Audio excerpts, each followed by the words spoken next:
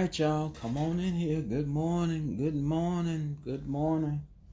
I think it's a little bit after 11. It's time for the Patio Chronicles. The Chronicles from the inside, because I didn't feel like going outside today. But anyway, welcome, welcome, welcome. Welcome one and welcome all. Let me turn that a little bit so y'all can get a good look and see. Good morning, everybody. Let's see who's going to come in here. All right. There y'all come. Oh, let me clear my eye out. I should have.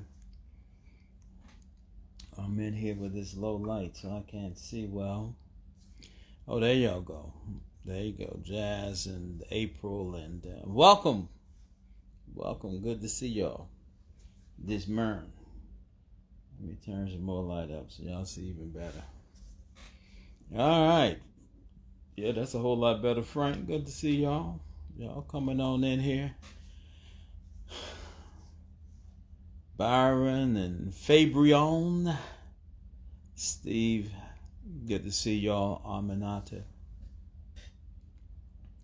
Y'all come on in here. Ain't gonna keep you very long. Just want y'all to holler at me. Y'all see my new look? What's missing? I cut my mustache off. Y'all don't need to pick up on it. That's what happened when you sitting at home, you're bored with nothing to do. You just start making stuff up to do, right? It's a little bit chilly out there, but although I could have gone outside, but I said everything is already set up in here, so let me just sit here for a quick minute as to not impose too much on y'all's time. Sister Moody, good to see you. And good morning. It is a good morning, too. It's a good morning. Got up early, went to the DB Walking Club, and they down there strong. They were down there deep this morning because it's a little bit warmer. And they said, look, we're going to be here, rain, sleet, or snow. So I told them I'll do my part to get on up and make it down here with y'all since y'all going to be here. And I might as well do my part and come on out here. And let me squeeze that out a little bit. There you go. So y'all can get good look. Well, now let me put it back there. Y'all can see me much better. There you go. But anyway, that's how that goes. What we got to talk about today? There's so much to talk about, really. So much still going on in the world. And with this whole insurrection thing, folk, I don't believe it. Well, yeah, I believe it. I believe it. So much is coming out now. One congresswoman, we found out, Bobart or something like that, she up there tweeting, right? While the people, this is how diabolical these people are, right? And she's up there tweeting them as to where Nancy Pelosi location is from the inside, right? She's tweeting them. She's moving here. She's moving there. What kind of devil does that? I'm just trying to figure out what kind of people these are. And so, now some other folks in her state are saying this woman needs to be investigated. No, she don't need to be investigated. She needs to be arrested. To be honest with you, because that's what I'm ready to see. Them to start putting some of them crooks out. You done let people in, apparently. Got one woman tweeting Nancy Pelosi's every move. Who does that? It really makes you believe, it makes you ask the question, well, who are these white people mad at? I mean, who are they mad at like this? What privileges have they been debased of that they're so angry over an election of all things? And so anyway, I'm just saying, so if the woman is willing to tweet out while the crowd is rummaging and ravaging the place, here goes Nancy Pelosi going up the hall. If you go down the hall, turn towards your left or right, you'll see her. That's a devil, really. I mean, really. The place is under siege. You don't know none of these people who have come in there. You didn't know their intent. But the question that it begs to ask is, what was her intent for disclosing and tweeting out where the Speaker of the House was located? You know, yeah, that's dangerous. When your mind can go there, you know, I guess you just figure the people didn't come here for us. We know who they're here for, and so let's help deliver her. You know.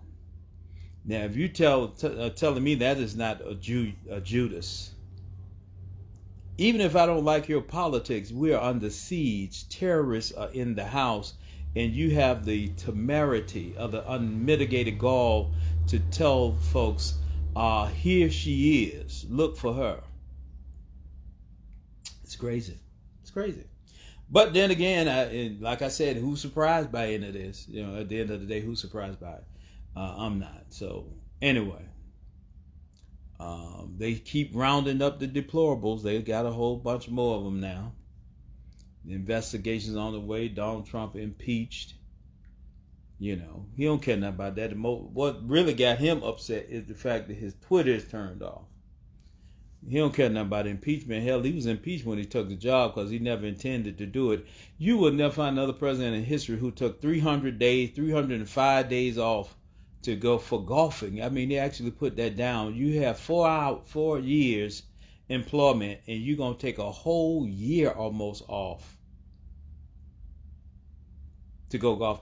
This dude off to leave with that much golfing time in, you would think he'd be able to lead the presidency and damn, join the Pro-Am or something. Hell, Tiger Woods ought to be upset or something. Playing that much, he ought to be taking Tiger Woods them out. You know, hell, Fuzzy Zella or somebody. I mean, you know, you spend that much time, you do, you know, when you look at time, we rightly divide our time. That's 24 hours in every day. Right? If you want to really understand what you enjoy in life, measure your time. After you take your 8 hours out customarily for work, right? You know, let's set the work time aside. You know, because some of you work 12 hours, some of you, you know, depending on what kind of job you have. If you work for yourself, hell, you're always on. I ain't never off. I'm always looking for business opportunities. But if you spend the majority of your time doing something, whatever you spend the majority of your time doing other than work, that's really what you're all about now. I just want you to let that marinate down in your spirit for a minute now. Cause I ain't gonna say much about it. I'm just gonna drop it right there, and then I'm gonna take off running because I'm gonna have to go in hiding. And too much true witness protection program or something. So once you set aside your regular time for work, whatever the hell you doing on the rest of your time is what you really love to do. So if you set aside your regular time for work, and then, you know, my judge done joined. I got it now. I got to tighten up because she's my preacher too. If you spend your time in meditation and prayer, then you're probably a inter-seeking, inter-searching person who has some level of peace. Okay? You know, if you spend your time playing PlayStation 4, then you probably are very proficient at it and enjoy it and you love it. You know, if you spend the balance of that after you take out that 8 hours, you know, 12 hours, and you're going to get another 12 hours. If you spend the vast majority of that 12 hours drinking liquor, you probably are drunk. I mean, I'm just going to tell you, you know, it don't necessarily mean you just staggering down. But if you spend the balance of that, you come home and you drink for 6 hours a day, you got a drinking problem, buddy. I mean, you might as well just go and call charter and let them help you figure it out. Because that's what you really do. I ain't going to do you but 1 or 2 more examples. Now, if you spent all of that time on Pornhub, watching them gals and things, whatever you watch on there, you probably got some kind of sex addiction that you need to. Some of y'all can't even watch Patio Chronicle long enough because you try to run back to the porn channel. I understand how it works, but so just admit it. That's what you like. That's what so, but anyway, whatever it is, that's what I like. So apparently this guy really liked golfing. And instead of being president, he probably should have been down there at Augusta National as the head man or something, because he sure enough didn't do enough work for the people. And but to think that we on the inside, that's like a burglar getting in your house and your wife and children able to make it to the safe place. Let me say this. I don't care how big your house is, how small your house is. Get a safety plan so if something goes down, your family knows how to get out of there. Some of y'all, I had to take inventory of my own house. You have these double locking doors. And the key is on your key ring. If something went down in your house, you can't even get out of there. Something went down in there, you got to go fumble with 200 keys to try to open the door because you're down to your burglar bar and everything else. And I don't blame you, Yeah. But at least put a key. This is what I had to do recently. Because my home has, 3-4 doors on it, had to get in and out. So you have to put a key if you got them doors like that so that and your family loved one knows how to get out of there. And because something happened to you, can't nobody open the door or nothing. So I'm just giving you a safety plan. Always keep a safe plan, but somebody make it in here. You got a house with 2-3 levels on it.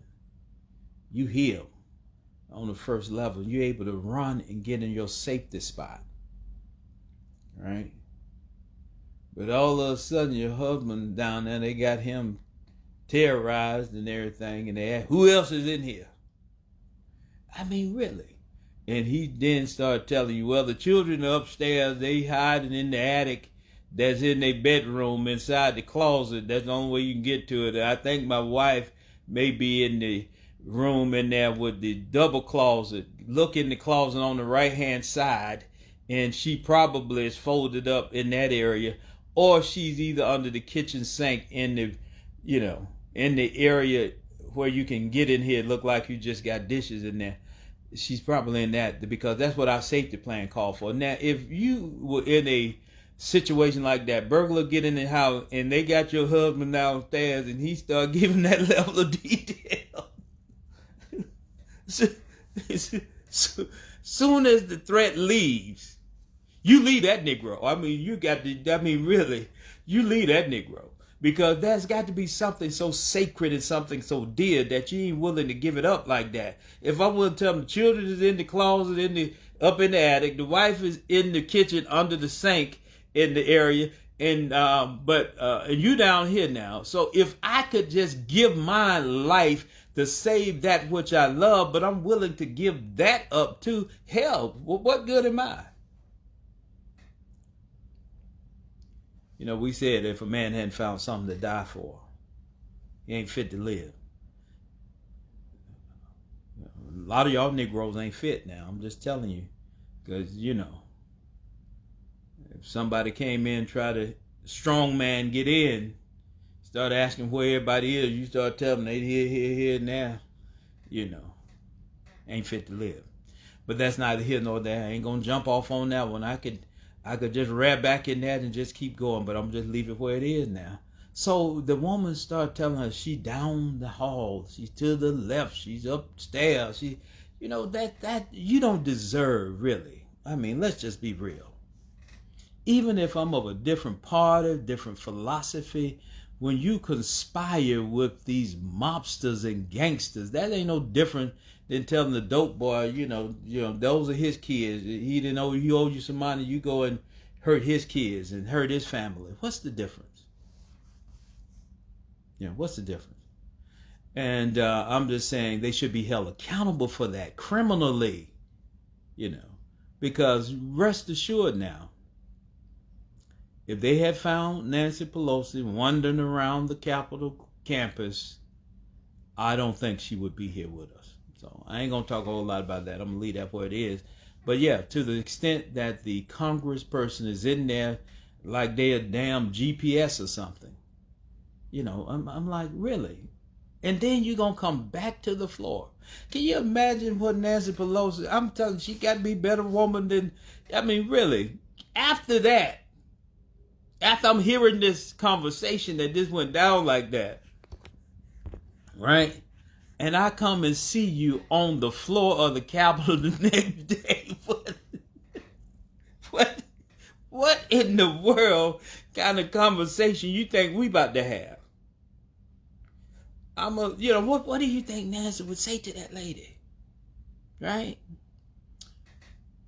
I can only imagine what a Maxine Water would have had to say. I ain't gonna say here come New Year's and we still under fasting and praying and stuff. So I'm not gonna.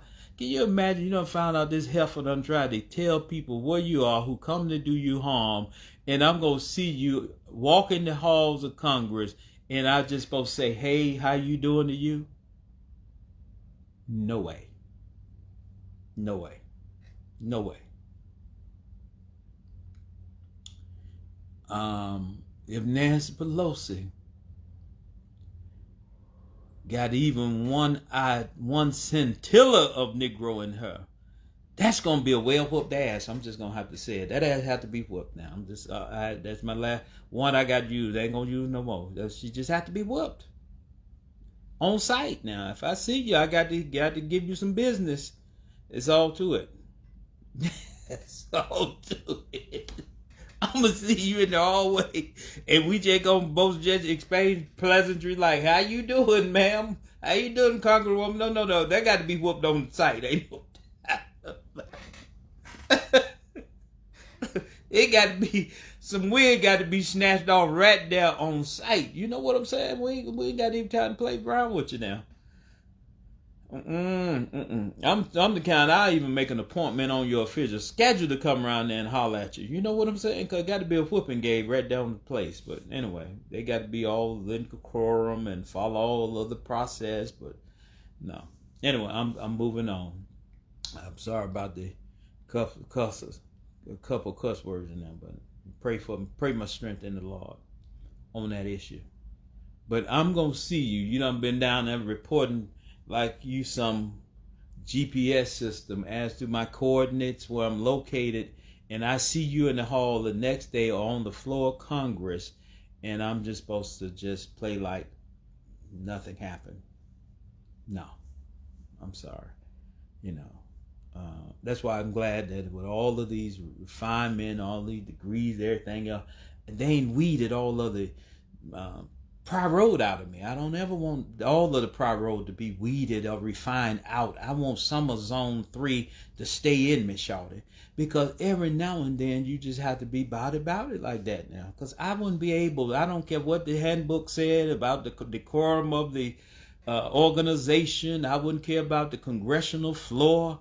I wouldn't care about the congressional ethics. An ass whooping got to be given that day. I'm sorry.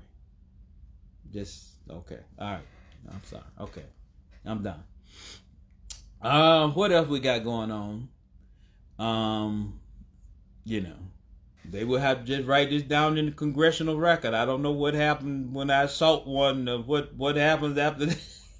Look, yeah, I told him I ain't gonna read that far in the handbook. What happens after one Congress member assaults another one on the right on? Look, I tell them keep the cameras rolling because this is gonna be better than WCW. I'm running up there like or something. I mean, really. I'm not waiting on it. The orders of the day or none of the pleasantries, none of that. We just gonna commence to it. Come in there with a Vaseline on your knuckles and everything. Just, I ain't gonna be able to do it. I just not gonna be able to do it. I'd be like, here go my paperwork. But this is probably gonna be my last day here because I got to, I got to give her this work. Yeah. Anyway, I'm saying, I know Larry Nash is about 80 years old, but 80 years old, they throw them bowls too now. What else y'all got going on? Happy birthday, Dr. King. You know, with all of the national holiday, we always forget that Dr. King's birthday is today. The January 15th is not the 20th, is the actual his birthday, to one of the greatest men to walk this earth, who believes so much in us. Because I'm very convinced that everything he did with us was for us, and his tactics were for them. That man loved our people. And it's the kind of love imperative that you don't get just every day. It's the kind of love imperative that is undergirded by deep spiritual belief that we really are created equal. That he never advocated for black people to have to be on top of anything or anybody. He just wanted us to be treated like human beings. And I look at it because that's only been 50 some years ago, really. 50, a little bit over 50 years, right?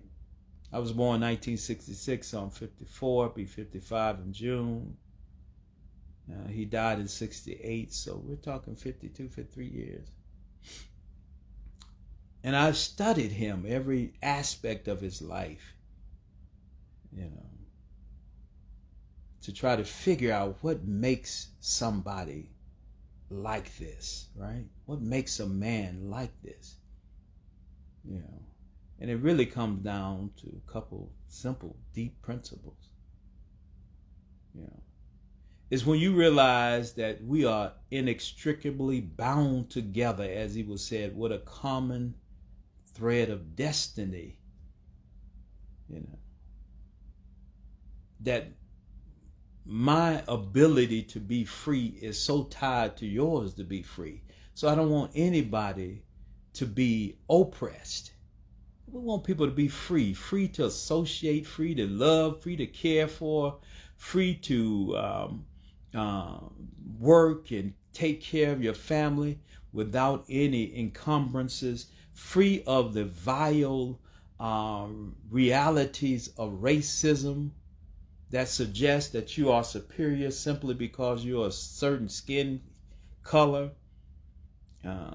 you know. And for that, people were willing to die. I mean, this is why you have to understand now.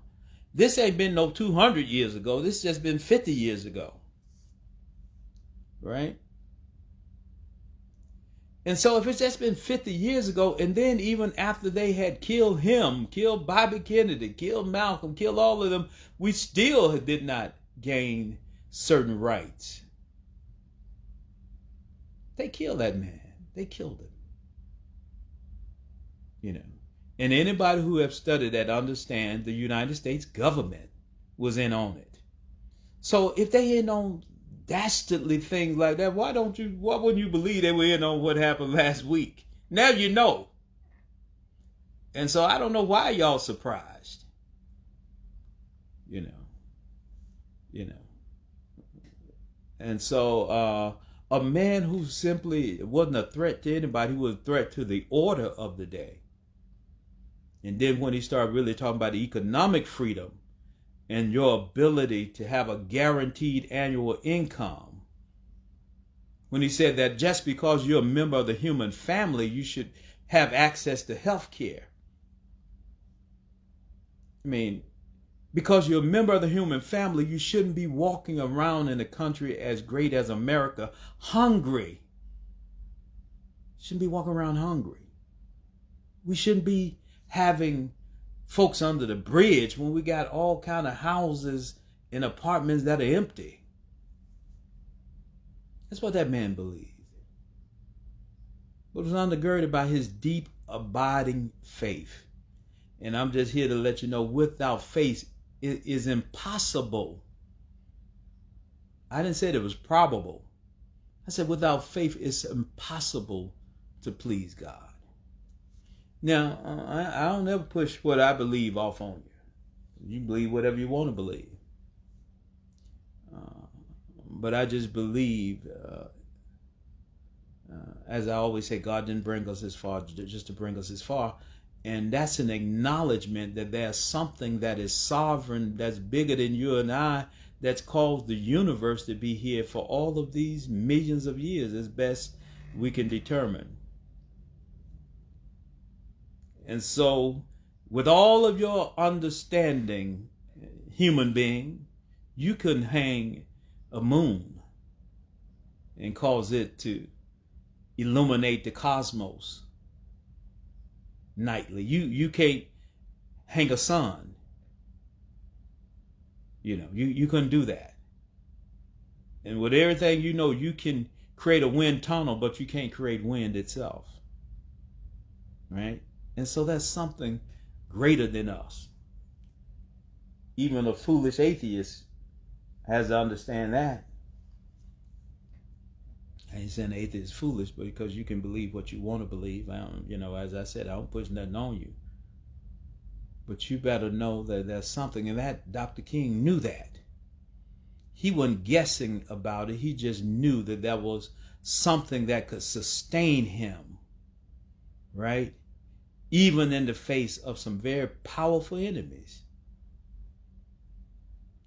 He had read and understood what the 23rd Psalm really meant, that it wasn't just a assemblage of words, that the Lord will be your shepherd now.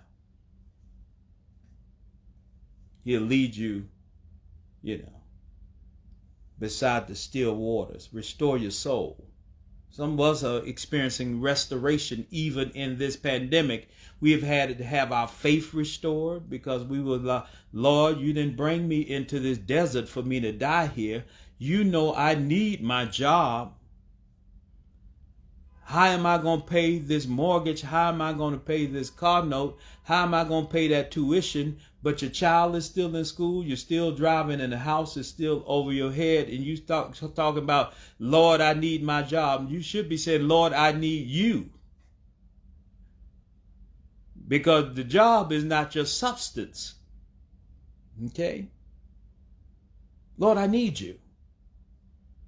Because if I was just depending on this job for my substance, then I'd negate the one who led me to the job in the first place. You thought your application was the one that got you the job, didn't you? Yeah, okay. Keep on thinking that now. Because if you like me, I done told one job to go to hell on Friday, and before I walked out the door, the other one was calling. So if the job was sustaining me, when I told them people to go to hell and I'm out of here, then I would have been lost right there. But because I believed that I had skills and I had the faith that you're not finna bring me to the desert to let me die, I told them to go to hell and didn't think twice about it. And before I could even walk out of there, another opportunity, another blessing. I'm just here to remind you, God doesn't have a limit on the number of blessings that he can send your way. I'm just telling you this. There's no limit to the blessings of God that he can send your way. Okay? Now I know y'all say this Negro done cuss on the first half, now he preaching on the second half. I have no problem dealing with the sacred of the secular. I'm a secular humanist. I'm a real person that lives in the real world who have to deal with the vicissitudes and the reality of what happens to us when we go outside this door. Hell, they robbing preachers. And as much as the preacher if they robbing the preacher and he can get his hand on his piece, then it is his job to help them people meet Jesus. I'm serious. Now then I come up here and rob the preacher, the pulpit, done robbed the pew, done robbed everybody in the pew, done took the money out of the preacher's wallet, and if the preacher just so happened to have a piece, I hope that he understands. It is his duty and obligation. Because clearly they ran up in the church trying to see Jesus now. I'm just going to help arrange the meeting if I get my hand on my piece to help, I know that's not, I got a couple of preachers on here. They probably don't subscribe to that gospel, but I do. I subscribe to the philosophy of Peter now. You know, this Negro coming up here acting wrong, cut his ear off. No, cut his ear off, send him on out of here. We had to. I'm just saying. You gonna run up in here and I got a blade in my pocket? Oh no, we're gonna let you, hey, we'll cut your ear off and then let Jesus fix it for you. Because he the fixer, I'm not. Okay? Jesus is the healer. I'm not. I ain't never tried to be him. I'm just telling you now. And so,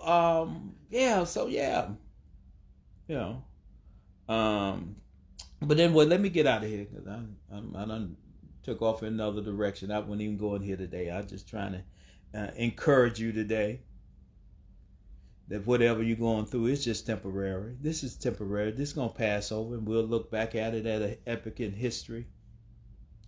And let me say this to all of those who have gone through COVID.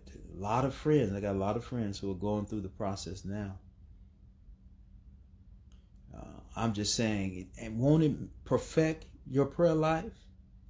You sitting there coughing all night and sweating all night. You've seen 370,000 dying and you're trying to figure out whether you're going to be in that number or not. Won't it make you pray a little bit harder? Won't it make you call on him like you ain't never called on him before? Let me tell you something about sickness now. I can bear witness to it. You can have some wonderful conversations with God when you think that life as you know it is slipping away from you. He couldn't get your attention because you were too busy in the Lexus. He couldn't get your attention because you were too busy on the job as the senior vice president of Do Nothing with the Do Nothing organization. He couldn't get your attention because you were too busy hobnobbing with the rich and famous. But when he sent you off that job as the vice president of the Do Nothing in the Do Nothing Corporation, they told you, we don't have another check for you because we ain't bringing nothing in. Go home and do the best you can. You understand the source of your supply wasn't a job, as I said earlier. Because you did have to say, Lord, what am I going to do now? And here come churches who thought their doors were closing because they operate on charity, donations. And the people who used to do the donate ain't got nothing to donate. But the church is still standing. Church I had never seen do outreach ministry is now giving food baskets. Some of them Negroes used to think, really, oh no, we're in a good section of Decatur. We don't give food out. They tell you, I built my church. I didn't put no kitchen in it because we don't sell no chicken dinners. We don't sell no chicken dinners here. We want something, we pay cash for it. That's the kind of foolishness they believe in. I'm against not selling chicken dinners too if you don't have to. But you might have to turn that sanctuary into a little mini Kentucky Fried Chicken to feed the people in that neighborhood who are hungry, because that's ministry. I know you got them nice chandeliers in there though. But are you willing to spread a table for those who are hungry and suffering in the community that you're supposed to be serving? I sometimes go down there to watch them give out food. And y'all think it's just the little folks in the hood who need it. When you see the Mercedes-Benz drive up and pop the trunk and tell you to put a basket in the back of the car. The Range Rover pulls up and it want a basket or two in the back of the car. I don't even ask. I just let them pretend like, oh, you taking it to your neighbor. Okay, just open the trunk. Let me give you 2 of these. You need 2 or 3. I don't even, deal with the fact that those who thought that they never would have to be on the receiving end of a blessing from somebody else now have to pop the trunk to the Lexus in order to get one of these free baskets in it. And so God will make the last the first and the first the last. So anyway, brothers and sisters, you all just keep on living through it. Pray for me and I pray for you. Keep us lifted up. You know, the good word reminds us through many dangers, toils and snares, we've already come. We've already come through the worst, through many dangers, toils, and snares. That's why I love that great, poetic, beautiful anthem. You know, we've already come through dangers. But grandmama and them had sense enough to pray for dangers seen and what? Unseen. And so we pray for dangers seen and unseen. So thank you, Dr. King, for having a love imperative that exceeded the hate that was visited upon you every day. Thank you for loving us enough to fight for us and for putting your life daily on the line. Because there was no doubt that when that man walked out the door every day, I often try to put myself in his headspace to say, what would happen if in this mean, vile world that we live in, just think about all of the hate that you saw produced up at the Capitol directed towards one individual. They hated Dr. King.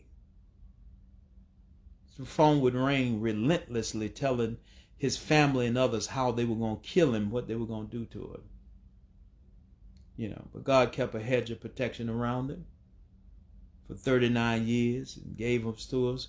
We will call that man's name from now on in perpetuity.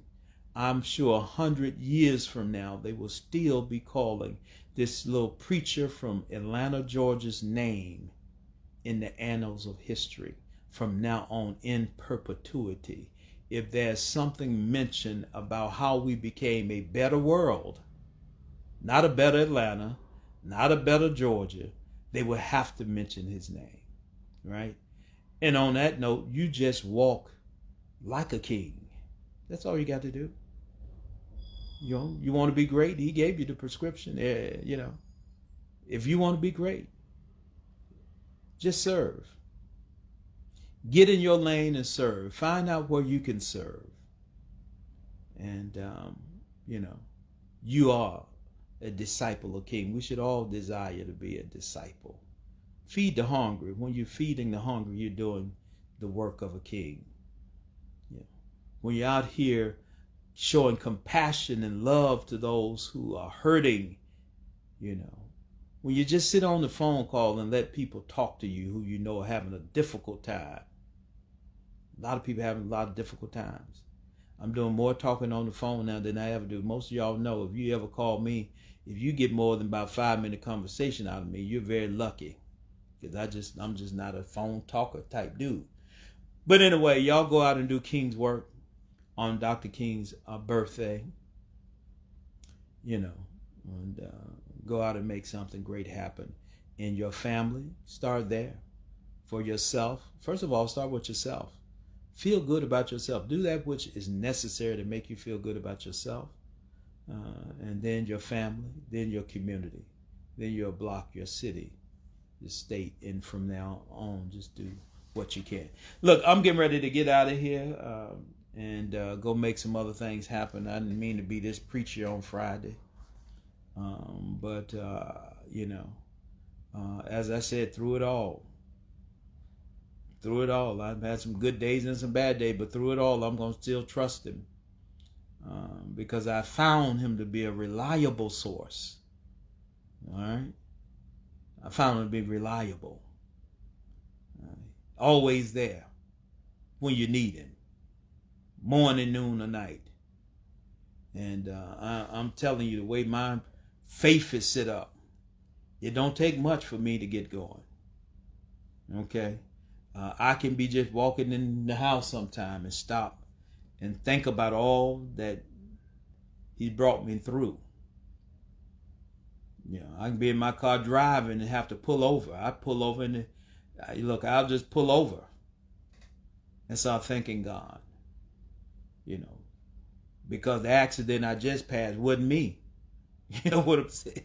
He could 30 seconds earlier, that tractor trailer that went over top of that car could have been you, but it wasn't. And you just ride by that and say, oh, what a shame. No, I've driven by and said, but God. you know.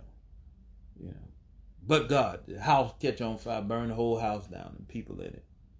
2 doors down from you. You look at that and say, oh, that's awful. I look at it and say, but God. So anyway, y'all, I ain't gonna preach. I ain't gonna preach no more.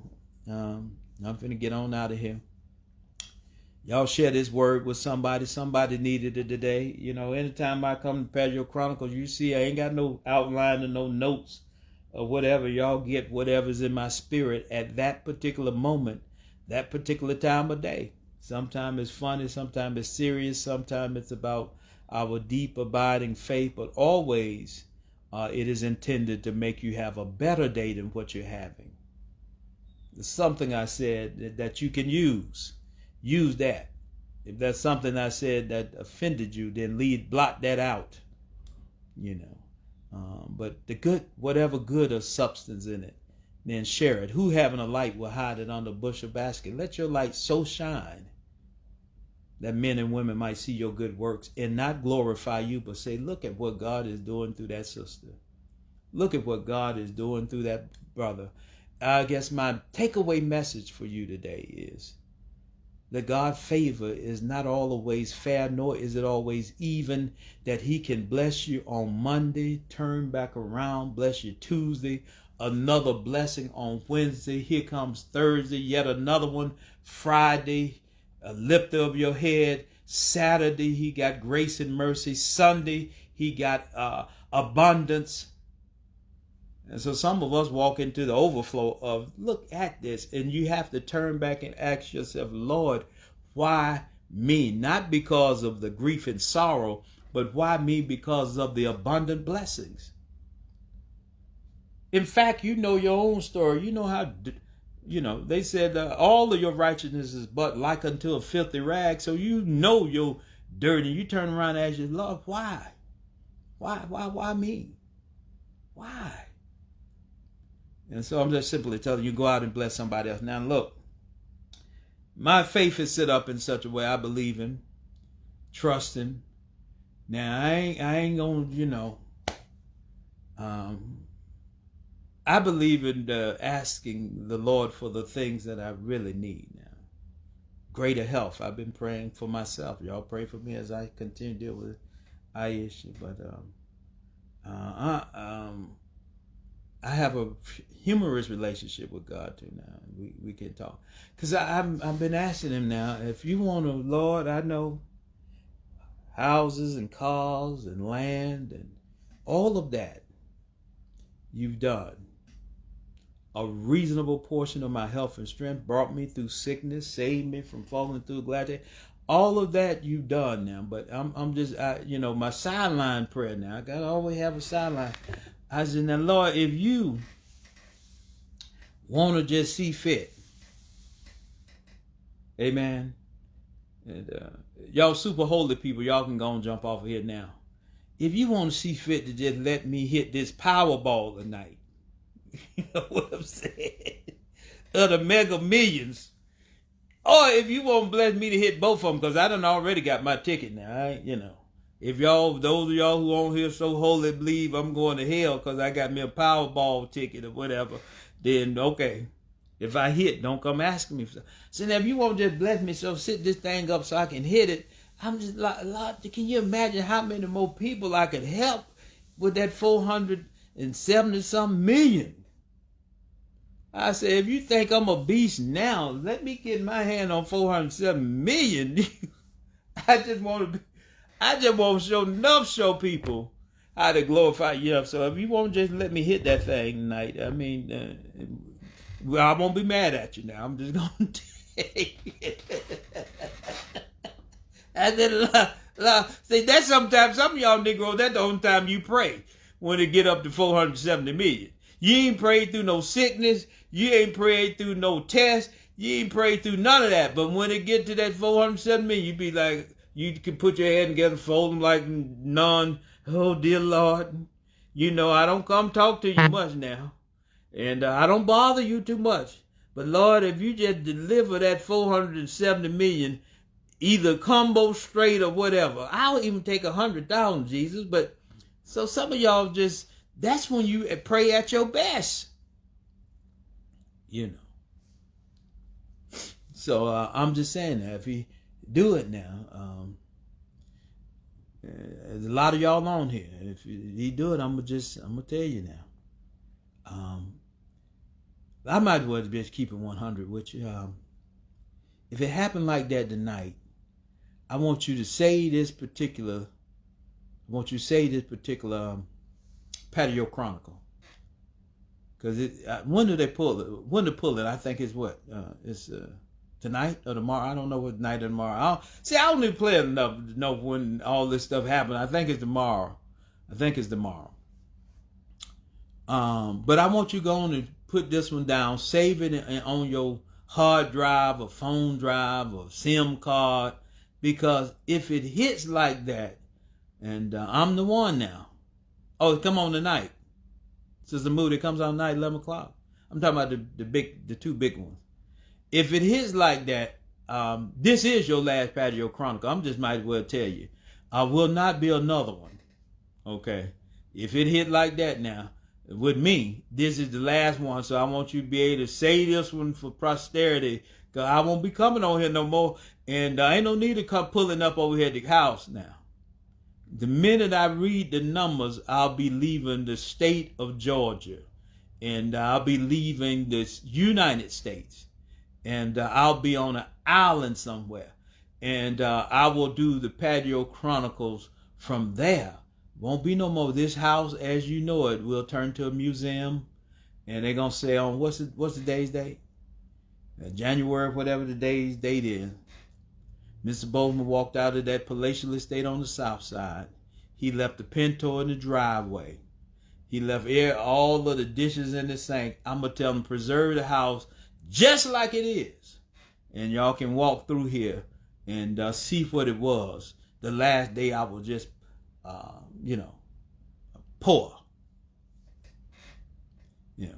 And we'll turn this to a museum so my family can at least make some money off of it. And but I will not be available. When you call my phone, the white lady will be talking. We're sorry. The number you've called is no longer in service. Please try the number and dial again. That's what you gonna Look here. Y'all cool me. Look, I got to get out of here. Cause I'm finna sit in here right now and hug these numbers all night. Put them on the prayer altar and shake some oil on them and everything. I'm finna use everything I got in here tonight. And y'all be able to check me out somewhere in some island now. But that's just how it's going to have to work out. Cause I know y'all Negroes will worry me to death. I mean, you like P. Diddy said, more money, more problem. I know some. But few of y'all on here, I'm going to help. Like I told CJ, been my great producer and got my show popping and everything. I told him, look here, when I hit for this 470-something million, oh man, I know been needing the car. I'm going to let him go down to Pa's Cars and get him whatever car he want off of the lot. On me now. I mean, really, I'm going to let him go to Pa's Cars. Get him whatever you want. I'm telling my family, y'all just bring me your highest credit card bill. I'll help you pay your credit card bill off. Whatever the highest one is. Up to $5,000. But after that, you're on your own. And $407 million got to last me for a lifetime. So, anyway. Look, right, Pascal. Look, you go pause. You can get you that 2014 Escalator, because that's it. Anyway, y'all be good. I'm getting ready to make my way out of here and go. I don't know what I'm gonna do today, cause I had breakfast already. I'm get in here and work on something. And Mega Millions is tonight. Is the other one another night? I don't even know how to keep up with this stuff. Mega Millions tonight. What is the Powerball? Is it not tonight, Rob? The Powerball's on a different night? Mega Millions? Okay. All right, y'all. But anyway, y'all be good. Y'all have a wonderful rest of your day. remember what I have tried to tell you, that God is able to, the bottom line, he's able to bring you through whatever it is. Just trust him, okay? And even if he does not, now this is the wonderful thing about the way my faith is set up. Even, that's tomorrow, I'll be watching tomorrow too. Even if he does not deliver the Powerball to me tonight, or the Mega Millions, whichever one it is, guess what? He's still God. Okay? He's still God. You know, even though Mama's gone on, some of y'all have to say Mama gone on to glory, but guess what? He's still God. You know, husband walked out, you thought you weren't going to be able to make it, but look at him. He walked out, and your peace of mind, you didn't even know what your peace of mind was worth until he left. But he's still God. You know, husband stayed. You know, and everything going fine. Pray over it, because he's still God, okay? All right, through it all now, he's still God. He's still sovereign. And he can do what no other power can do. Georgia Power can keep your lights on, but it can't turn your soul on. Georgia Power can turn your lights on, but it can't save your soul. It can save your refrigerator from the meat spoiling in it. But though you have to lay this body down, you still got a soul that is eternal. He reminded us he go and prepare a place for us, that where he is, we might be there also. Look here, y'all be good. I'm about to preach. Some preacher, if y'all on here want me to preach at your church, let me know. I feel, I feel the anointing this morning. I better get off of here so I can go. Let me get off of here and just walk through this house and shout about 10 or 15, 20 times up in here. I was shouting so loud the other day, Alexa asked, do you need help? And one of my happy moments up in here, I got to put all these Alexa things in there. I'm shouting, thanking God so much. Alexa, is everything okay? Do you need help? I had to remind Alexa, when I think about the goodness of the Lord and all that he's done for me. Oh my goodness, let me get out of here. I tell Alexa, yeah, I'm going to need some help getting you out of his house and getting you out of my business. Because this is between me and the good Lord, and I'm going to enjoy every minute of it. All right, y'all be good. Y'all be good now. Y'all be good. I'll talk to y'all on now. Sometime maybe over the weekend. Who knows? All right. Peace.